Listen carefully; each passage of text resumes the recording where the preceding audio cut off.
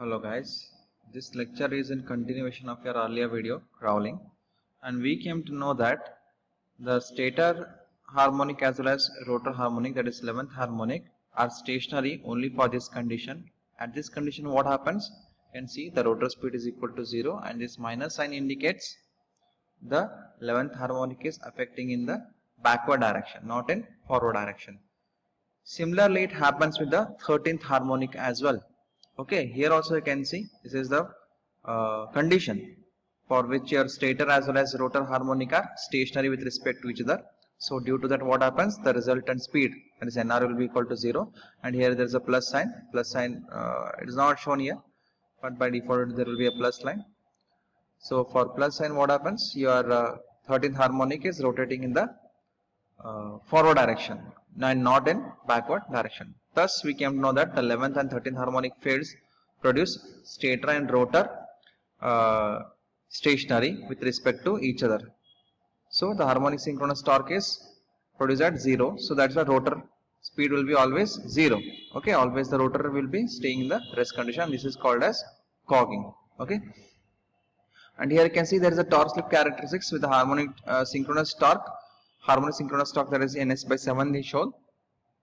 So here you can see initially my low torque is lesser and starting torque is higher. So what happens when you turn on, the machine starts rotating, and again you can see torque here increases, speed decreases. Suddenly here what happens? Suddenly my torque falls by reaching, when it reaches n by ns by 7. So finally what happens? We need to say that the motor will be stand still, that slip is equal to 1, yes or not? And this is only possible when my the actual torque should be lesser than the low torque, yes or not? So when it falls back, so what happens, motor will be at the standstill position. And thus we came to know that there are two things which we can understand here. The stator harmonics of order 2s1 by p plus or minus 1 may interact with the rotor slot harmonics, that is 2s2 by p plus or minus 1.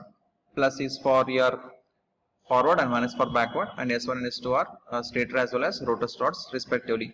So to develop a stationary torque, that is harmonic torque, means the NR, if the condition is 0, then this condition it should follow. Okay, what is that? 2s1 by p plus 1 equal to 2s2 by p plus 1. So if I equate both, then what happens? S1 will be equal to S2. Yes, this we have learned initially, right? If stator slots as well as rotor slots are equal in number, then what happens? The motor will be not starting at all. It will be always in the standstill position. And one other condition you can see, I have equated minus 1 as well as plus 1 here with respect to the formula. So here what happens? If I do the calculation, I will be getting what? S1 minus S2 P. So if the difference of the stator and rotor slots is equal to the number of poles, then what happens? Definitely there will be a cogging effect. So first condition is, if the stator and rotor slots are equal to, both are equal to in each other, then there is a sure cogging effect. If stator slots and rotor slots are different, are having of poles, then what happens? Then there creates a cogging effect. Okay, and again like I said, cogging and crawling is not dominant in the slip ring induction motor, only we can see in the squirrel cage induction motor. Okay, and the question arises, applications. Squirrel cage induction motor have moderate starting torque, like I said, and wherever the load is small and all, we are going to use there, like driving fans, blowers, water pumps, grinders, lathe. But slip ring induction motors are motors which are used for the high load purpose. Wherever we require high starting torque, we are using there, like lifts, hoist, elevators, cranes, compressor, we are using all those things. Okay, and now how to reduce cowling and crawling? Yes, you can reduce by choosing a proper coil span. We know that coil span is usually around 180-degree electrical. Coil span is what? It's a distance between, peripheral distance between two adjacent slots. If usually it will be what? 180-degree electrical. If I reduce that 180 electrical to 170, 160, depending upon your design and all, then what happens? I can reduce the crawling as well as cogging. And also by skewing the rotor. Skewing in sense what? Making certain angles with respect to the end rings. Okay, like whatever, if they are straight, then what happens? Then there will be a humming noise, and again your motor will suffer from crawling and all. So to reduce that and all, we are using skewing. Okay, skewing is nothing but making certain angle with reference with horizontal. The rotor bars. Okay, rotor bars should be made with certain angle and all. Then what happens?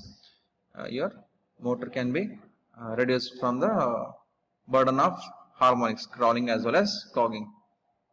If there is again reduction in the supply voltage, then what happens? Torque also will decrease. Okay, even after that also what happens? The same condition. Torque is proportional to the square of the applied voltage. Okay, if the voltage are reduced, means torque will also get affected. Okay, so hence this is a note of cogging as well as crawling with these applications. And remember, cogging and crawling is with respect to squirrel cage and not with respect to slip ring induction motor, as they are not dominant in the slip ring induction motor, as we are using rotor resistance, additional rotor resistance to increase the starting torque. Okay.